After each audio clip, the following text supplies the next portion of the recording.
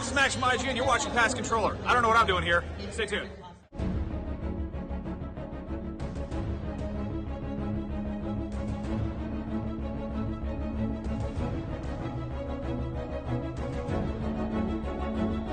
Ptc. Hey guys, what's up guys? Welcome to Pass the Controller episode 2.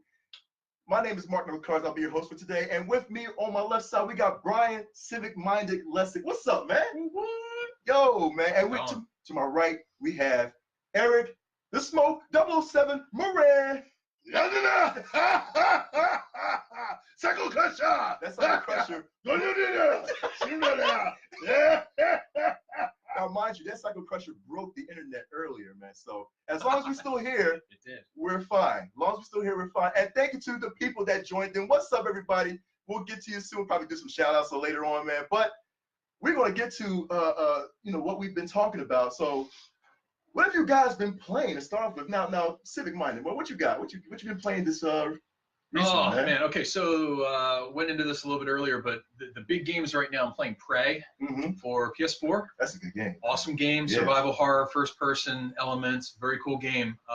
In my opinion, pretty underrated. It sold well, but it wasn't like a blockbuster. But after E3 of this year, they released new DLC, Moonfall, which is really, really good. Right. Check it out. Still playing Borderlands pre-sequel. I will get the platinum in that someday. I also started replaying through Super Metroid. So nice. Trying to keep it all over the place, man. Yeah. Yeah. How about you, man? Oh, dude, for me, again, I've been playing Detroit Become Human. Excellent story game, everybody. I swear, if you haven't seen my stream yesterday, it was so much going on, man. Like I had to minimize that story to 2 hours. I gotta finish it after I get off the show. I'm telling you right now, I gotta play when I get home. It's such a good game.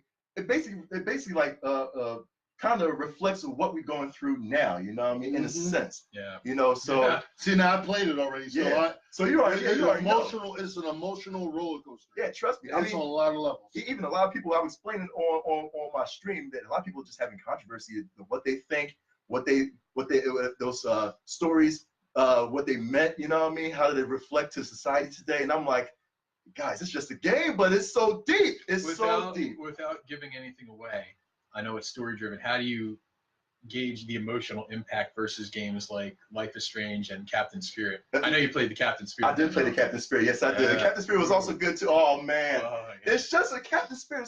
It's only about an hour gameplay. You know, I'll tell you right now because it connects with Life is Strange 2, which is coming out soon.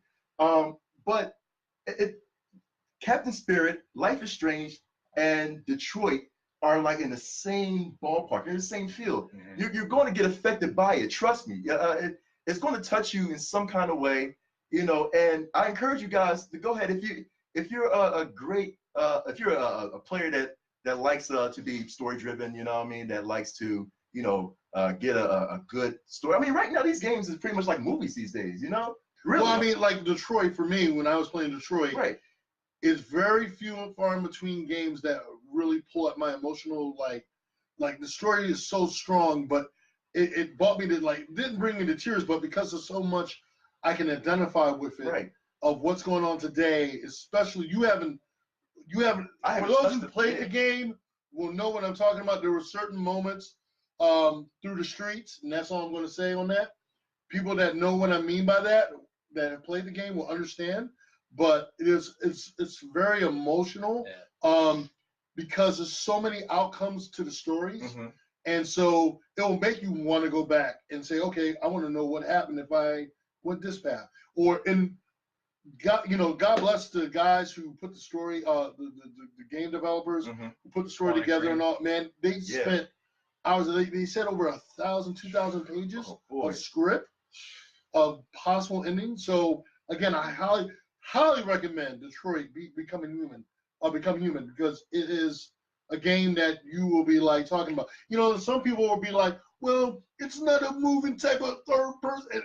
It's a whole different level, man. It's a whole different level. And it may wake some people because some people need to be woke. And this is one of those kind of games that will make you kind of wake up a little bit more and like, wow, you know, it's a reflection of what's going on in the world today. Absolutely. And you had to have a lot of patience to play that game too. Believe me. I mean, with any Telltale game nowadays, man, it's a lot of patience to play it, man. So, but Smoke, man, what you been playing these days? Okay, man? well, I've been like Brian. I've been going back on certain games. Right now, on my Xbox 360, I've been playing Batman Origins. Going to 360, yeah, and, you know, Batman Origins. I mean, I was playing Arkham Knight, and then I was like, you know what? I'll go back to Arkham Origins first because I was just having a nostalgic moment. And then, like I said again, there's been so many games that are about to come out next month. So a lot of 2D platforms that I really would like to check out, and I'll be doing a review on that next month. But for right now, on the VR scene, I dusted off my VR system and all. There's this game, and it's been out for a minute, but it's from what I understand, the developer spent years working on this game, and it was just him. And this game is Megaton Rainfall. Megaton Rainfall. I'm gonna tell you right now, if you ever wanted to know what it's like to be a superhero and the plights and everything, when you put this game on and you put it on, it is one of the most coolest experiences. I mean, it's open world, totally open world. More than just open world, you're going across another different universes and everything else as you develop your powers, saving cities and all this stuff. You get more powers and all this stuff, and you get it's a trippy game. It's a trippy game. It's like you're being in the eyes of Superman.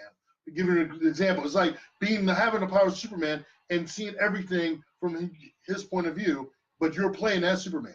Not saying it's a Superman game, but you have superpowers. That's dope. You know, and it is trippy when you're putting on that VR. For all intents and purposes, I always praise PS4's VR when I played Resident Evil 7. Like I tell people all the time, you're in the freaking house. But when other games I've been exposed to, like the Spider-Man VR demo and all I tried, and there's other video games I've tried. I mean, look, there's even a game, if you guys haven't played it, it's a demo. Try the demo. It's just a UK-style game like, not Crank, but what's that? Shotgun, guns, barrels, whatever. You know. Lock, stock, and two Yeah. Okay. Yeah. There's a scene where you're in this room, and I swear to God, you're wearing the VR. You got a cigar in front of you. You're picking up the cigar.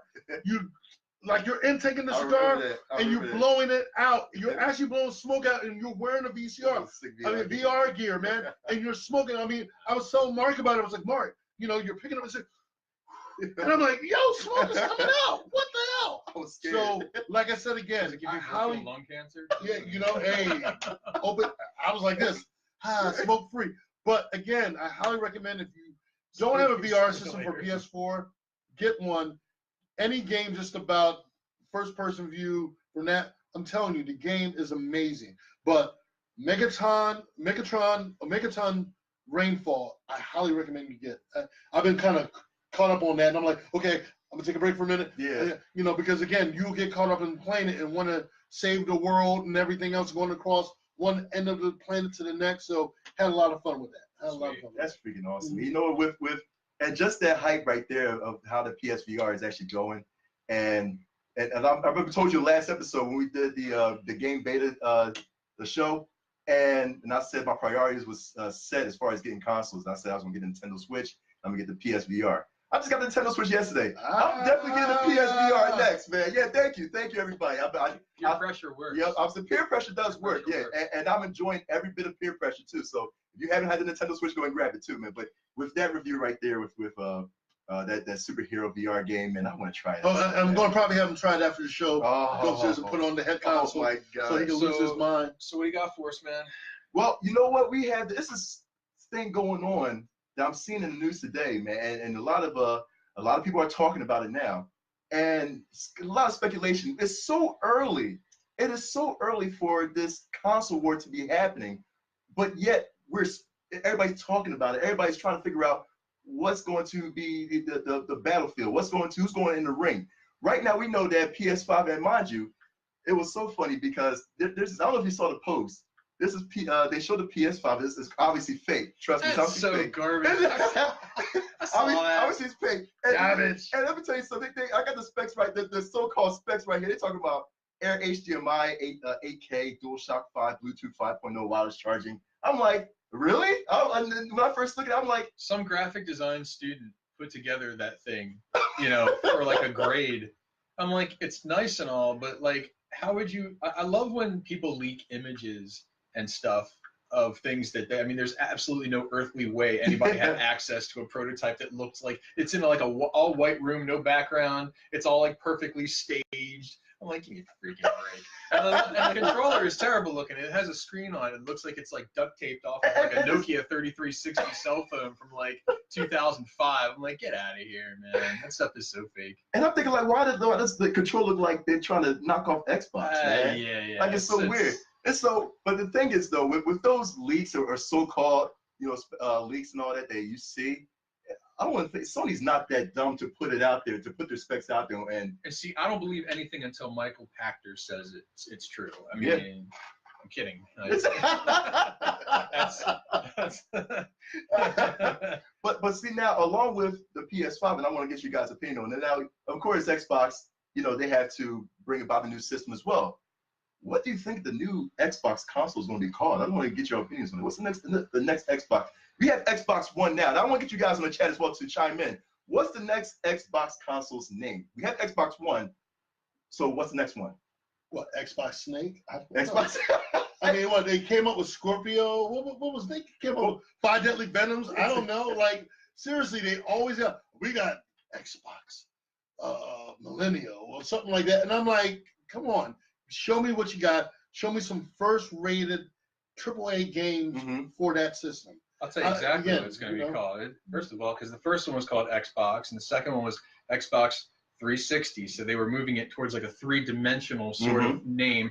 Then they did Xbox One, so I went back to like a numeric thing. So I predict the next one, keeping in terms with that three-dimensional naming convention. The next one's going to be called X Cylinder. You heard it. You heard it here first. We want to be betting here all day. And you know what's ironic? It's going to be shaped like a pyramid too, so it's not going to make any kind of sense. I don't know why. I say what you want about any of the consoles. You will never have a better console naming convention than Sony. Yeah. Because they stick with something and it works. And I guarantee you, if they would have called the Vita the PlayStation Portable 2, it would have been way bigger than what it was. I freaking guarantee you. Nobody bought it because it was called the Vita. I think it was a big part of it. I really do. That's true. That's true. And by the way, I love the Vita. It's a great console. But anyway, so what do you think about it? You know what?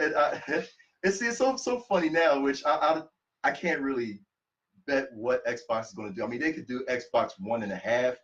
For all I bet you, But it's so funny because you know what the common guesses are for the new Xbox console is going to be. Listen, here's a 5 Xbox One 2. Xbox One 2. I like that. I like that. So we got Xbox One 2. The sequel. It's a matter of fact, the next one was Xbox the sequel. I'm like, seriously, Xbox the sequel. And then again, this is the common guesses from people thinking about on Reddit and from various sources and all that. So you have Xbox 2, which is logical. You think it'd be Xbox 2. How about Xbox EX Plus Alpha? How about Xbox EM equals square X? No, what it needs to be called is called just Xbox. colon the George Lucas Supercut. Oh my God. That's what it just rolls off the tongue. Oh my God. I don't know. And then you have also Xbox HD 2.5 Remix. Like I was done after that. I was like, seriously? Turbo Edition. Yeah, Turbo Edition. I'm like, come on, man. So so we're speculating what the new console war is going to be. Now think about it. What do you expect that PlayStation is going to do as far as what they're going to dish out in this new PS5? We know it's going to be PS5. What do you want? Like, what is your wish list for the new PS5? What do you want it to have? If you was a manager for Sony, what do you want to put in it so that everybody can enjoy it, man? For me, it would have to be something like you will want to soup up your VR because the VR is like a strong. It can really develop to be something strong. Like, granted, we have the first versions of the VR coming out, but we have a cordless one, VR that goes with the system. You want to be able to reach out the masses on a larger scale, and of course, souped up graphics, surpassing or leveling up to what Xbox X has so far. But you want to have, again, it goes back to the AAA games. No matter what kind of system you have, It all is about the hardware that you're going to put out. In other words, the software. I mean, as far as games are going to play a big part. It's going to make me say, okay, I want to go get a PlayStation 5 because let's say Death Stranding is coming out on, hypothetically, comes out on PlayStation 5, or Red Dead Redemption 2, or some of these games that everybody's been aching for to want to come out. Let's say, for example, Knights of the Old Republic. They decided to say, we're going to surprise everyone and do a new Knights of the Old Republic. But guess what? Exclusively for PlayStation 5. Guess what? And you get the, it's the same kind of, trust me when I say this, I'll be first in line to get a PlayStation 5. Absolutely. Okay?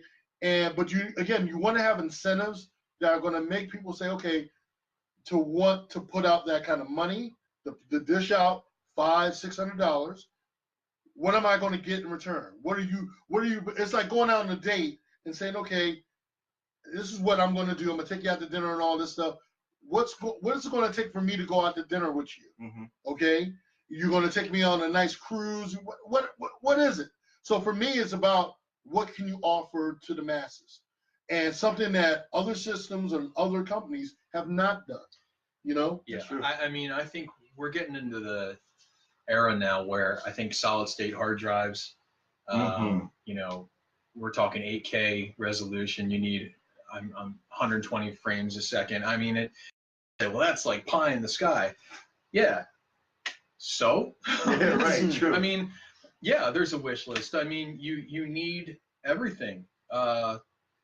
You take the best of the best technology, and especially with consoles, because PC gamers more than anybody will tell you like how everything is readily upgradable for them. Absolutely, so yeah. I'm not saying it's not a very good idea, but having something that's even like a modular system now where you can start building on, like I know I've swapped the hard drive out of my console. I've added some things, I've tweaked it a little bit. I wouldn't go so far as to say it's console modding, but it's console enhancing. So you try to get the best out of the best technology that you can possibly get at that time. So you're talking about like, processors now that are just off the freaking chart. Everybody's going to have HD TVs. Everybody's going to have 4K pretty soon. Everybody's going to have 8K pretty soon. Yeah. I mean, that's kind of where I'm at. I think the actual design of the system itself, if they take what the PS4 has and expand upon it, I mean, you can even keep that same design for like the DualShock 4s and things like that. True. I think that's all good. They've hit home runs with that. So, but what do you think? One of the things that everybody can agree on, if you really want to get consumers to come and buy your system, backwards compatibility for the last 3 to 4 systems. So let's say PlayStation 5 comes out. Backwards compatibility for PlayStation 4, 3, 2, and 1. Amen to that. Guess what? That means all the old games that I have in my freaking locker. And the UMD drive. Yep, exactly. You have all those backwards UMDs. Think about it, because I don't think anyone will disagree with me out there. I know you guys will agree with me 100%. We all have old games back all the way back from PS1 that we're like, oh man, I would love to play nostalgia wise and still hype up the graphics when we're playing it. So again, this is something that you want to talk about, the ultimate backwards compatibility across the board for all the prior systems. You will have me dishing out. It's worth paying out that $700 instead of $600. $700, you get all this backward. See, now, if I'm a company that has a PlayStation and I own PlayStation, Sony PlayStation, I'm like, how am I going to? Okay, you buy the regular system, you have all this incentives and all this stuff. But now, if you pay an additional $200, you'll get backwards compatibility for all prior 4 systems. I would love to drop that.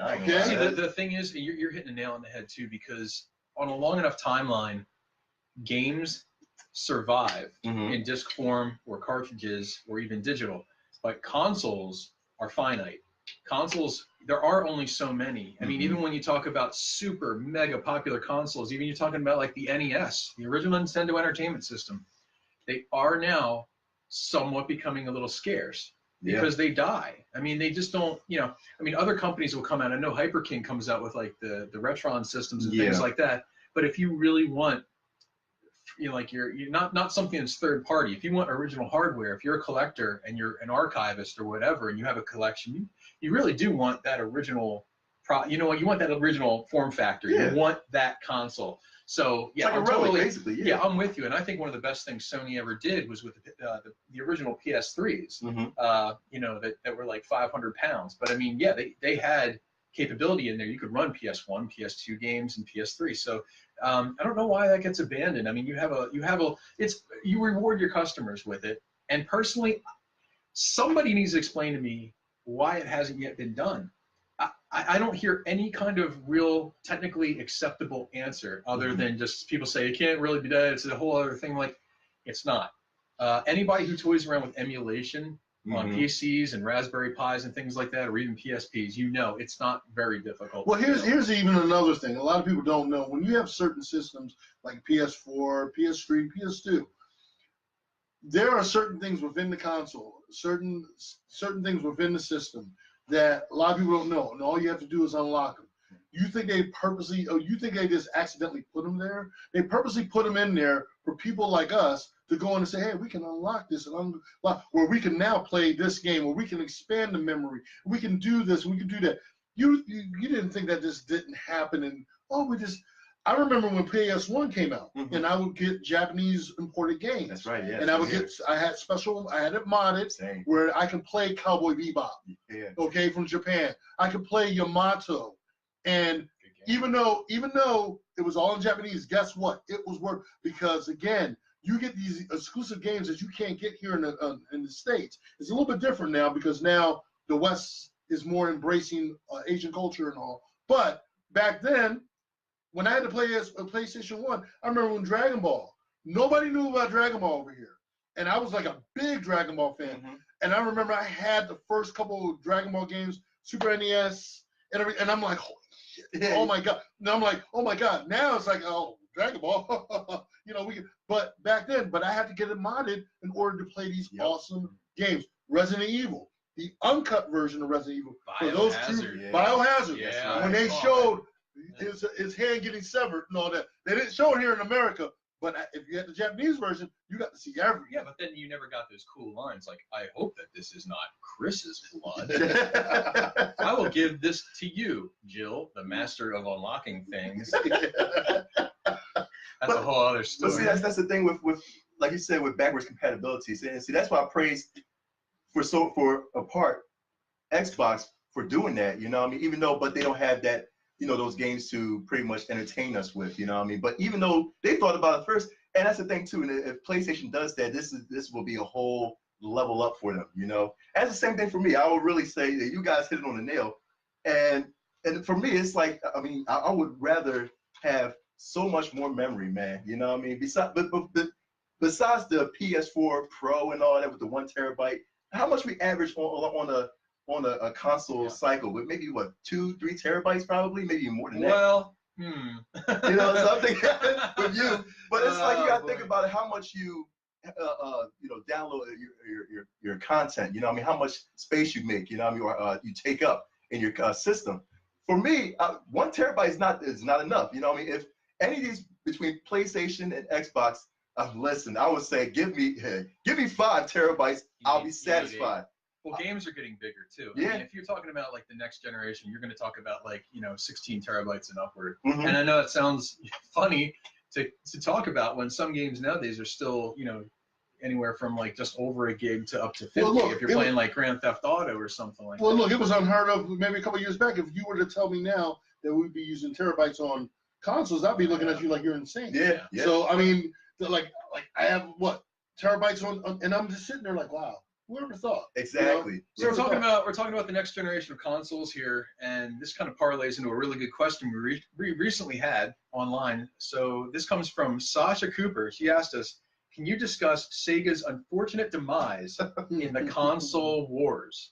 And you know what? I'm gonna pass this one to Mark because he's kind of Mr. Sega. I have my own opinions, but go ahead, man. Listen, man. That's a really good question. That's a good question. After Dreamcast, man, I mean, I wish they continued on. I really wish they continued on. Yeah. You know, Dreamcast was phenomenal. I mean, I don't know why they stopped or why they let the fire kind of, you know, simmer.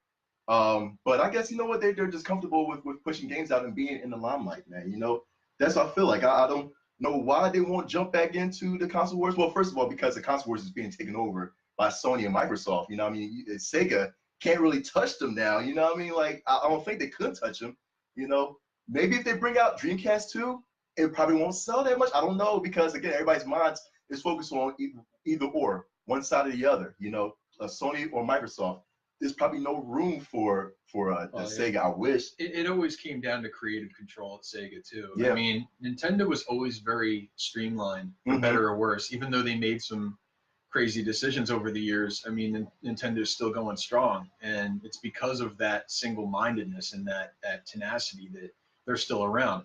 But if you look at like the ownership of Sega, that's a big component to this, because I mean, different aspects. First of all, because North America could never get in sync with their Japanese holders. Like, so their shareholders over there always had a different vision than what it was in the North America region. So I mean, and that dates back all the way to the Genesis. I mean, when they wanted packing games that were like Altered Beast, which was a good game. In the United States, they were like, hey, we should put in Sonic. It's a different market. So there was always a little bit of a creative control issue there. So that may have translated later on into the Dreamcast too. But I mean, the Dreamcast was a great console. But I mean, by that time, man, I mean, you were already like knee deep. I mean, Nintendo was still hitting hard with the N64. And then you had Sony coming right on those heels. And Sony basically, I mean, that's like a real resurgence of the whole medium. I mean, nobody had seen anything like what they were doing when the PS1 came out. So, I mean,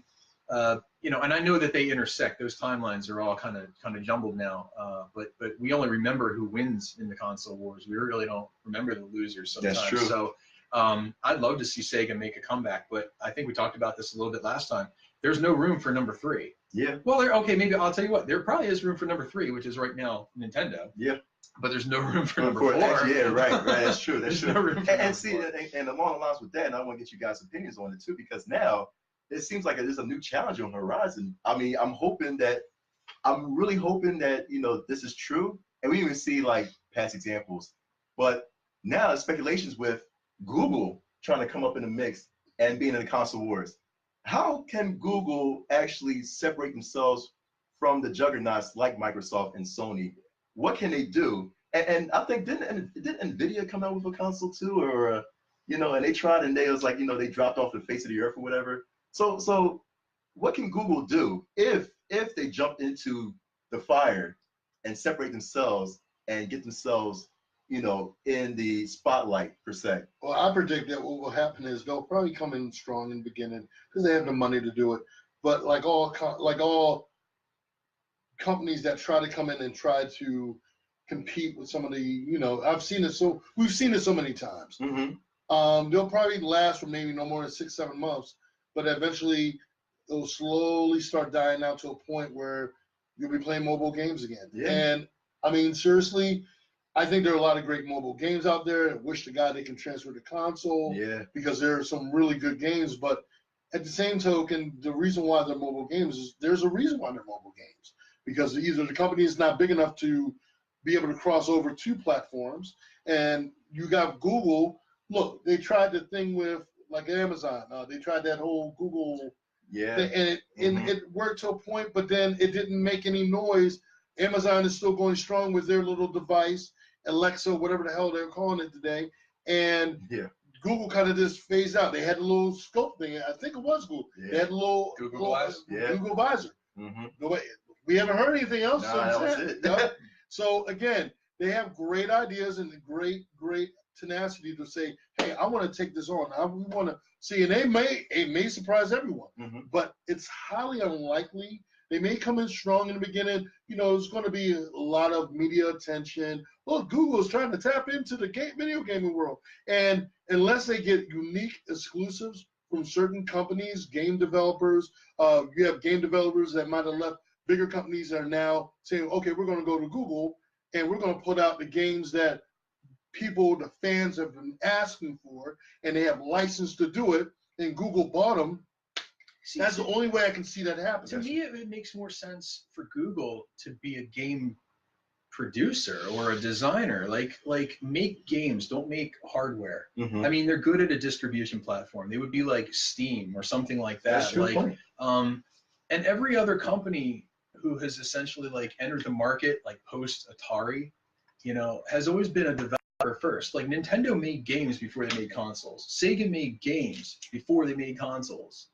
Yeah. They did. I mean, you know, their roots were in like either arcade games or software on computers back then, whatever. But now you're talking about you have to have enormous differentiators. Number one, you like what you guys both said. You have to do something that no one else is doing, and I can't imagine what that thing would be. That's I don't true, know. yeah. I don't know what the industry's clamoring for. And the other thing is, nobody is going to jump into this fight until one of the big three starts to fall. Like, if Microsoft all of a sudden inexplicably just pulled the Xbox, said, hey, you know what? I think we're going to get out of the gaming market. We're going to become a developer. We're going to make games for Nintendo. We're going to make games for Sony. And I know that would infuriate Xbox fans. I'm just saying hypothetically. Like even what if Sony did that? That's like true. what if Sony said, hey, look, we're not going to do a PlayStation 5. We're gonna I know we're gonna stop and we're gonna develop games. Torches and pitchforks, okay. man. I mean, but it's not going to be until that point when anybody else is going to enter the ring and take this thing on. Like there's no room for anyone else unless it was something so astronomically good. There's a thing in the industry about you can always explain why a bad game fails or a bad system fails. It's always very easy. You can tell. You know, we know why the Atari Jaguar didn't do well. It was a bad system. We know why the 32X didn't do well. It was just not, it wasn't needed. It wasn't, you know, but people have a hard, or like the Virtual Boy or something like that, but people have a hard time putting their finger on things like, why did the Wii U fail? We know why it did, and everybody has reasons, but it wasn't a bad system. It wasn't bad. It just wasn't something that was needed per se. Maybe it was behind its time or ahead of its time or just whatever. It just didn't have what people were clamoring for. But unless you have your finger on that pulse, you're not going to come up with a winner. So my question is, given all that Google does, all the things that they're good at, what's the thing that they could offer? And the only thing I can possibly think of would be on the development side, creating games and distributing games. That is the only thing I can see that they would have an edge. They have designers, they have programmers, they have marketing, they own a freaking, I mean, they are the essential, like, you know, search platform. So that would be where I would say, if I was somebody at Google, I'd be like, hey, that's what we should do, totally. And especially if you consider, like, every pundit in the gaming industry right now is saying, everything's going to be digital within the next couple of years. So there you go. If everything's going digital, you know, do you want to start making physical consoles and compete with your? I mean, I don't know. It doesn't make sense to me. But you know, this is one of those things where you said earlier in the show, you started off and said we're going to have a lot of speculation. This is just speculation. Yeah. I'm not saying definitively. I mean, you can see companies that, against all odds, they make it work. So I don't want to be a naysayer necessarily, but I would be really shocked at this point if they went ahead and did it. To me, it seems like media buzz. It reminds me of like when Amazon said, hey, within a couple of years, we're going to be delivering packages via drones. Yeah, I forgot like, about come that. on, man. I mean, it was just something to get a story out there for. Or better yet, they're gonna give you the keys so you can let them in your house and drop off packages in your house. That fell off quick. Put together my IKEA desk for me or something.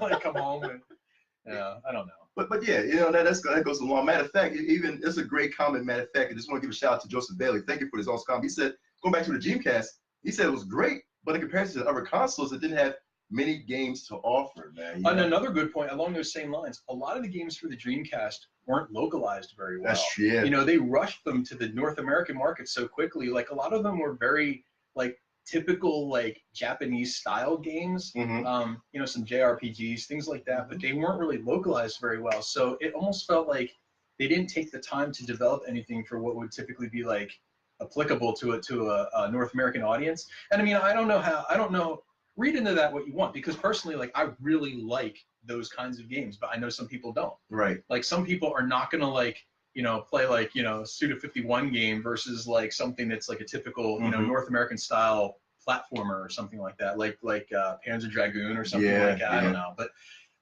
I digress. But these were good questions, and we thank you guys again. I hope that kind of throws in our 2 cents there and helps out. Absolutely. And then I also just on the same line of that, I feel like that streaming again. You know, I feel like streaming is pretty much going to be, you know, taking over as far as physical copies, man. You know what I mean? Soon enough. You know, we might want to just get one. It's going to be like 2045. Year 2045, we might get one God box, man, that's going to just pump out games. Who knows? That they like I said, we all can wish, you know what I mean, instead of this console wars. But you still love it. We love the console wars. We love that battle between Microsoft. I wouldn't be surprised that will happen down the road. I mean, look at what we got right now with arcades and now them condensing everything. That's going to happen. Give or take 10 more, 15 more years. Yeah, and we'll be like, hey, I got all this on one box, and I got PS4 games, I got PS3 games, I got Xbox One and 360 and Scorpio and next door neighbor's Xbox and all that crap. So what's the next thing on our agenda here? Well, next thing we got, man. Well, we can actually take some. Well, you know, Brian, you had something that you wanted to do, didn't you, man? And shout out to Les Price on Berserk. That was a good one, by the way. Go ahead. Are we doing this? Okay. Oh yeah, we do. All right, so on the drive over here, and I apologize, guys, I didn't put this in our prep notes. No, I was really thinking, like, everybody now talks about what games do you want to see rebooted. People talk about what games, what movies do you want rebooted, what TV series. And I thought, okay, what 8-bit game would you want rebooted? But it has to be super realistic and gritty and, like, you know. Metal Gear. But we have that though. Yeah, no, I'm talking about the very original first Metal one. Gear? The original. The original. No, the original. You said gritty. I'm like, the original Metal Gear was the MSX Metal Gear. Yeah, that's what I'm saying. Let's reboot that. Yeah. You know, if we're going to talk about getting gritty, you can't get any more grittier than that. You know, so that's the first thing on my. I can't disagree with that. You know, yeah, that's true. That's true. To me, and I remember we talked about this too, and I would say Contra, man. I love Contra. Oh, that's a good one. You know, and make it a Contra. I mean, dude, Bill Reiser and Lance Beam, HD. But you know, there was a time when I heard they were gonna. At one point, they were in development of a Contra third person view. Yeah, they let me down. They let me down, man. Yeah, you know what I mean? But if we can get, you know, a co-op, you know, like I said, I wouldn't be Bill Reiser, man. That's the first player, man. Bill Reiser and Lance Beam, man, and then have that, you know, oh, dude, if you do Alien Wars, Thank you. That is, by the way, Alien Wars is the best Contra game. Yes. I thought you were going to disagree with me because I thought you liked Super C guy, but Alien Wars was amazing because I just liked how it was always cool when you hit the shoulder buttons and your dude would just sit there with both guns and go, like he was all like, that was always a victory pose. Yeah, victory pose. You had the plane dropping the bombs in the foreground. Like, wow, like that. Yeah. The homing missiles. Imagine that, but like an open world Alien Wars Contra, man. Like I would. Oh my God! We can if any developers watch this out of the blue, please make that happen. I mean, that would be awesome, man. Wait a minute. Since this is the new trending gaming, why not Contra Battle Royale? Oh, we go with the Battle Royale stuff. Royale. Everything Battle Royale. I'm tired of Battle Royale things, man. I'm so tired. I want. Oh man. Gran Turismo Battle Royale. Oh my God. I want Tetris Battle Royale. You can just Battle Royale the whole thing. Everything Battle Royale. Man, after the Battlefield announcement where they're gonna have Battle Royale, I was like, all right, it's getting old, man. Leave it to PUBG and Fortnite. I'm tired of it, man. Remember that bloatware game for like Windows 95, Minesweeper? Battle Royale, baby. Minesweeper Battle Royale. Oh, I can't, man. If you're a Battle Royale fan, good health to you. I can't do it. I can't do it, man, because first of all, I can never get that chicken dinner. I can never be the last one standing, man. I'm done with it. I'm done with Battle Royale. They're going to come out with Halo Battle Royale. I'll tell you that right now. No, that's not a joke. Yeah. That will happen. Yeah, that's going to happen. That's not even a joke. You know what? But I'll tell you one game, and I am not joking now. One game that I would love as a Battle Royale, and it would work. Time Splitters. Wow, man. Time Splitters Battle Royale. They made 3 excellent installments of that game, and we have not seen another one since Future Perfect. I want another Time Splitters game, and all the characters they had. Yeah. Dude, come on. Yeah. See, now you like Battle Royale. That's right. That figured as much. Oh man. Yeah. That's all right, true. but okay. So you know what game they need to bring back and make it like super freaking new and gritty and just like hardcore is Dig Dug. Oh yeah. Think about that. Remember that? Dig Dug is returning. Yeah, right. That Namco game where you would dig into the earth and like the little creatures would chase you and then you would impale them with like a hose and then you'd hit your like the pneumatic the pneumatic hose and they would like inflate and then they'd explode. I imagine like an HD version of that where your dude is in like almost like a Isaac Clarke Dead Space style suit, with like a big like Ghostbusters 2 like backpack with air, and he impales these guys with like, you know, like a spear, and he goes and, you know, bam, you know, these guys are exploding. Like first person version. Come on now. Dude, I know you would play it. You know you would play Dig Dug 2018. I know you would. It's going to be a horror game, man. It's a horror survival game. horror You're game. going to be in a deep, dark cave, man. And you know how, I was telling you about this, you know how like the monsters, they go through the dirt, you see their eyes and all that. Imagine that popping out of the wall, and they pretty much form up and all that. They try to attack you. I'll be scared out of my life, man. They make a Dig Dug. That's going to be a horror game. It's almost like, you know, like if it's first person, just remember Red Faction? That game where you used to be able to like destroy elements of the environment around you, like you were in a cave and you could like, you know, hit a missile and you'd take a chunk out of the wall and stuff like that. Like I just imagine that kind of game. It would be fun. That's true. Dig Dug 2018, baby. You heard it here first. If they do a Dig Dug, man, I swear it's gonna be scarier than Outlast. I imagine like the whole ad campaign too. Like, if you dug Dig Dug, you'll dig Dig Dug 2018. And if your name is Doug and you dug Dig Dug, then you're gonna dig the hell out of Dig Dug 2018. It's the duggiest Dig Dug that ever dug. All right, I don't know. Yeah, you know what? That's marketing. That's good marketing. That's good marketing. Thank you. But like we promised, you guys put in the questions, and definitely we are going to answer them, man. So we have some awesome questions.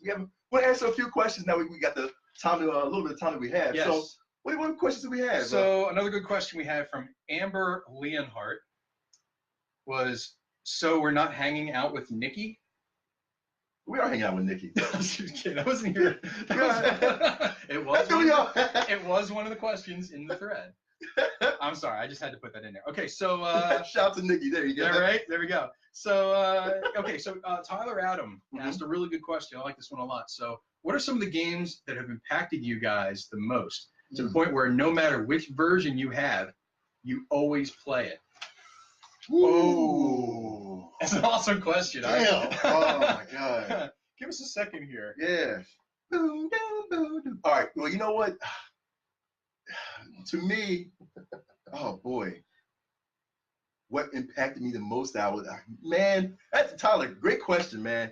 That is a good question. I gotta throw it to either one of you guys first, man, because You want to go before me? Yeah. All right, so I'm going to reread the question because it's interestingly stated. Because it's almost like a two-part question. That's true. What are some of the games that have impacted you guys the most? Well, I could answer that one way, but then it also says, to the point where no matter which version you have, you always play it. So to me, not only are we talking about a classic game, but it's a game that's so good that you own it like on every platform. And for me, honestly, and I mean, this may even sound cliche and obvious, but I mean, I got to go with Street Fighter. Yeah, good point. Good point. I can count, maybe I can't count how many versions of Street Fighter I own. I mean, listen, I have it on the Game Boy Advance. I have it on the PSP. I have it on the Super Nintendo. I just bought the 30th anniversary edition for PS4. Right. I mean, I don't know. You even talk about timeless and games that are still relevant. I got to go with, and I know that's a bit of cheating the question because there's so many Street Fighter games, but if we're really talking about, if we're really getting real about it, that is probably one of the most timeless and perennially enjoyable franchises of all time. It's super fun. That's true. It's super fun, and it's still relevant today. It's still. That's my answer. You know what? Well, like for me, and again, you talk about multiple platforms, and basically it's timeless up until recent. But then again, with the announcement over Comic-Con, there's still hope for gaming as well. I got to say, Star Wars games. A lot of the Star Wars games from Super NES, we're going all the way back from 77 up to now. Anything that had Star Wars on it, I was like, okay, I got to play it. When you think about it, from role-playing games to Battle Royale, to fighting, like one-on-one, to RPG, anything from, we're talking to multiple platforms. So it could be anything dealing with Star Wars. And again, family-oriented. Now they got the VR one for Star Wars where you can do the VR thing on Oculus. They just announced that. You have, like right now with the controversy going on with Battlefront 2 and everything else, and people are discouraged, but prior to that, and I mean, right now we're going to be putting out another Star Wars game that's supposed to be in development for next year. Now with the announcement of Clone Wars, there's always, and they surprised everyone across the board. I hope and I think that they're going to surprise everyone because a lot of people were discouraged over Battlefront 2, including yours truly. But I got a feeling that someone's going to answer the call because a lot of people, a lot of fans want to have a Star Wars game that's RPG, that's Knights of the Old Republic related. I know I do, and I would love to see that. So I got to go with Star Wars. That's a good one. And you know what? I'll tell you right now, for me, I can go easy, and everybody knows I would go easy and say Sonic and nothing most likely. But I'm not going to do that because it's Sonic Battle Royale. There's one game that actually I feel like that touched me so much more that I actually paid an arm and a leg to get both copies of the game, and that's Mega Man Legends, man. Mega Man Legends, I would love to play it on every platform. It touched me so much that I cannot be bored of that game. You know, I love that game so much, and if it goes to, let's say, we get like a reboot of it or a PS4, PS5, Xbox, whatever, I would go and get it too. You know, dude, that game is so much fun, man. I mean, just the aspects of unlocking the parts. Digging in ruins and all that too, just to get your Buster guns and upgradables and all that too. And it was so unique. And I wish Capcom kind of did the third one, but of course they dropped that too, which I hate Capcom for. But the 1 and 2, the storyline is so unique. The storyline and another thing too, I can't wait to show you one more cosplay from Mega Man Legends, man. It's so awesome. It's so awesome. If you haven't had tried out Mega Man Legends 1 or 2, definitely do so. But yeah, it touched me so well, man. Good luck finding a copy of it. Oh my God! And I'll tell you what. It was so hard because I had to go to RetroCon. Somebody had it on the table. RetroCon. It was a PS1 copy of Mega Man Legends 1. That game, it's not even rare. The game is not even rare. But the tagline, price tag, they said we're gonna sell it for a 55. I'm like, really, man? For a PS1 classic game like that? You know what? I love the game so much. Here you go. I wouldn't do that to a Sonic game, honestly. You know what I mean? I would not do that to a Sonic game. Can I make a confession? Yeah. Go ahead. Here we go. Go ahead. All right. The good Lord. The most money I ever paid for a game where I knew I was being ripped off, but I knew I had to do it. And you guys I'm gonna lose all street credibility telling you so. I'm gonna just confess. I paid $80 for a new copy of Blitz the League 2. Are you serious, guys? I did, and on PS3, it was a PS3 game. Mm-hmm. But that game was so fun. I love those games. Yeah, and Blitz was fun. And I was like, man, you know, like I really would love to have a copy of it. And the only copies I could find were guys that like they knew that they were going to be rare, and it was a new copy, totally sealed, and it was on eBay. It was $80, and I was like, oh my gosh, I go, that's kind of steep, but I was like, all right, yeah. So I pulled the plug. But I mean, I don't regret it per se, but I always feel like when I tell people that I did that, I need to explain. Well, you know what? I can't knock you because I'm a lot of people that know. As a gamer, I'm not a really big sports fanatic, but the Blitz, any of the Blitz games, I freaking love. Yep. And because it's one of the few games I'm like, sports games wise, that I actually get and I have a lot of fun. Yep. All I want to do is tackle someone and clothesline someone and everything else. But no, like you said, it's so much fun and everything else. So yeah, the Blitz series, anything dealing with Blitz. Now you got me thinking about, hey, maybe I need to try to get that for my fun. I'm not gonna lie. There was 360. There was literally a trophy for if you can cause, I think it's like 5 scrotum injuries to the opponent, and you got to see the graphic for that. You guys got to check it out. Go online right now and go Blitz the League 2. Yep. PS3 trophy list, and you'll see some funny trophy names. Oh man. Yeah. So yeah. Anyway, that's your homework assignment. Go nuts. Go nuts. Anyway. But yeah, do we have another question there from the audience? Yes, yeah, man. We have more questions. Okay, so will no one crab me? Mm-hmm. Crabby? Crab. Yep. Will no one crab? That's a good question. Don't know. That's a good question. Oh, that's his name. That's not the question. I thought it was the question. I was like, well, no one crab. Okay. Said, what game would you like to see get a remake or remaster? What game would you like to see remade or remastered?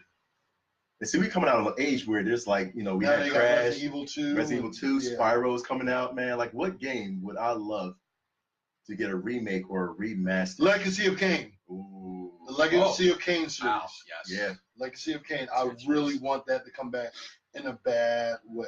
I love the original, the second one, the spin-off.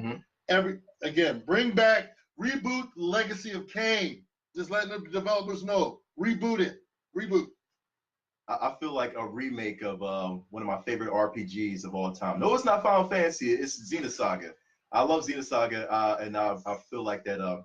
You know, the story is kind of incomplete, so I wish they would remake it. Do you mean Xenogears? No, not Xenosaga. Okay, they're both great. So Xenosaga, all 3 episodes. You know what I mean? And I feel like they should have made a 4th episode. But yeah, I mean, I just got fell in love with Cosmos and Shion Uzui, you know, and man, bring back Xenosaga. And they were speculating about bringing back Xenosaga and remaking it for the PS4.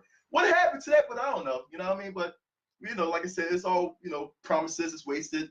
But I wish they bring back Xenosaga though, man. So episodes 1, 2, and 3, perfect. All right, my turn here. Yep. All right. Smoke earlier said that he would like to see the original Metal Gear. That would be a really good one. I know we're getting Final Fantasy VII. That would typically be on the top of my list as honestly one of my favorite games of all time. But man, I'd love to see a quality Twisted Metal game. I mean, it's been too long. The last one for PS3 I didn't think was that great. But I think really, and oh my lord, you guys are going to shoot me for saying this, and I'm so sorry. It's becoming cliche, but I do imagine almost like online, like an MMO version of like Twisted Metal, where there's online combatants. God, yeah. I mean, you know, customizing cars. Remember last time I was telling you I was playing a game called Crossout, which is like car modification, stuff like that, and you're like fighting all these other, almost something like that, but make it really over the top and give your guys like these like deep characters and stuff like that. Like, give us a new Twisted Metal game. Yeah. And I know they're still out there. Eat, Sleep, Play is still, I don't think they're still kicking per se, but what's his name? His name escapes me. David Jaffe, I think, is the designer. I totally forget. Yeah. But he's a master craftsman, and I really think that we need to give him another shot to make a quality Twisted Metal game. That would be my wish list right there. And then hoping, you know, we just hope for that too. But you know, that's some good remakes, man. Seriously. So good question, Will No One Crab. We're gonna play around with this. Nita Riggs says Chrono Crisis, so just had to give her a shout out for that one. That's true. That's true. Well, we have like about a few more minutes, guys. So again, but just to make sure that you guys know that if any other questions, video game questions, video game content related questions that you do have, make sure to post it on Ptc Controller. So if you're on the site, make sure you follow Ptc Controller on Facebook, facebook.com/Ptc Gaming Show, and post your, and who knows, we'll shout you out on the next episode with your questions. But to everybody that we answered all the questions, thank you so much. And thank you for everybody that poured in questions left and right, man. We can't thank you enough. And it's awesome. So right now we have a few minutes left. So we're going to do some final thoughts. And hey, Brian, man, what's your final thought, man? Your final gaming thought? My final gaming thought. I think the world needs more bullet hell shooters. Seriously, I love them. You guys are like the vertical shoot 'em ups, the old, you know, top down, you know, like the rating games, Blazing Lasers for TurboGrafx 16, games like that. They're so fun, man. There's a game out there called Jamestown, which is like a steampunk version of an overhead bullet hell shooter. It's still out there. It's on PSN Store. It's so fun. It's so great. Check it out. And I think Asteroids. Yes. Anita. Yes. Anita and Asteroids. Yeah, I saw Asteroids. I thought I was like, yes, I said Asteroids. Yes. That's a good remake. Yeah. Oh, so I like the old school ideas, something simple of like a little, you know, sprite in the middle of the screen moving around doing stuff, but like upgrade, you know, make those games compatible and applicable nowadays with modern technology, make them look good. And yeah, that's my final thought is I just think I like games with a simple principle that look astounding and they take full advantage of you know, all the new technology and everything. It's awesome to see. How about you, man? What you got? Oh man, for me, I would say, listen, so definitely support support. And we was talking about good storyline games like Detroit Become Human, Beyond Two Souls, and Last of Us. Not Last of Us. Well, that's a storyline game. Life is Strange. Heavy Rain is free right now. Heavy Rain is free. Yes, Definitely. Heavy Rain is free. Take time to just wind down and be by yourself and just reflect on these games. Like seriously, really these games, and I haven't got a chance to talk about this too. These games, each game has a positive message. These Telltale games always have a positive message, man, to talk about. So take time, be patient, be by yourself, grind at these games. Make sure that the choices that you make is what you would do. I like how we've come to the point where the genre is described as Telltale games. Yeah. And like it really is. Like they really pioneered that. Pretty much. It's like, okay, how would you, it's like, okay, the choices that you make is going to affect the story along. It's just like the choose your own adventure books. Exactly. Remember those back in the day? It's like the same thing. Yep. If you punch the guy in the face, turn to page 61. Yeah, yep. If you run and hide, turn to page 73. It's kind of that same thing. That's true. I mean, even though this is a Telltale company, but every game that has those choose your own adventures are considered Telltales, But yeah, definitely take the time to go ahead and reflect on what you do as far as the Telltale games go, because, and I was telling my stream about this yesterday, that what I choose is what I would do. And I respect your decision. I respect what you would do in that same scenario. But what I would do is, if I was in that moment, if I was under pressure, this is what I would do, And certain people disagree to what the choices that I make, but it's what I would do. So you got to think about it. These games are a reflection of yourself, Take the time to play it. It's great. It's amazing. Brian will remember that. The thing with the butterfly flash in the sky. But yeah, definitely take the time to play these storyline games, these Telltale games, because they're awesome. And again, it will have you thinking. So more Telltale games, yeah. And for me, I would say, when you get a chance, do some research. Look up some of the old games. The reason why we go back and talk about these great games and all, for a lot of you that don't know, and they're like, well, what? I never heard of Tetris, and what is Missile Command and all this? There are a lot of great consoles out there right now, like we talked about Hyperkin. There are a lot of great consoles, retro consoles out there that have a lot of these classic games. If you really want to know what it was like, and for us growing up, and for me, or for Brian, for me even further back, for Brian, and then for Mark, we learned to appreciate a lot of these games that are now at the forefront. But we also appreciate what came before in the past. Exactly. So I can go back and look up and play Pong, or play Missile Command, or play any kind of nostalgic game, because of the fact that I appreciate what we had. Yeah, E.T. even. Because of the fact that, look how we've grown. Sometimes the best games are the most simple games. Yep. To me. And again, because now we have so much of a variety, from open world to VR to role playing. I mean, again, do your research, look back, even overseas games. I talked about this earlier. There's a lot of great, and I'm gonna issue the challenge out to everyone out there. Check out some of these games that came out overseas that never came here to America. They're about to bring out Fist of the North Star. Fist of the North Star, again, game's been around for a long time. The anime's been around for a long time. They're finally bringing it over here. And there have been prior games that I own of Fist of the North Star. And they're bringing the ultimate Fist of the North Star game. Again, but I can appreciate it because I knew about all this, because I did my research and I was a fan of this stuff.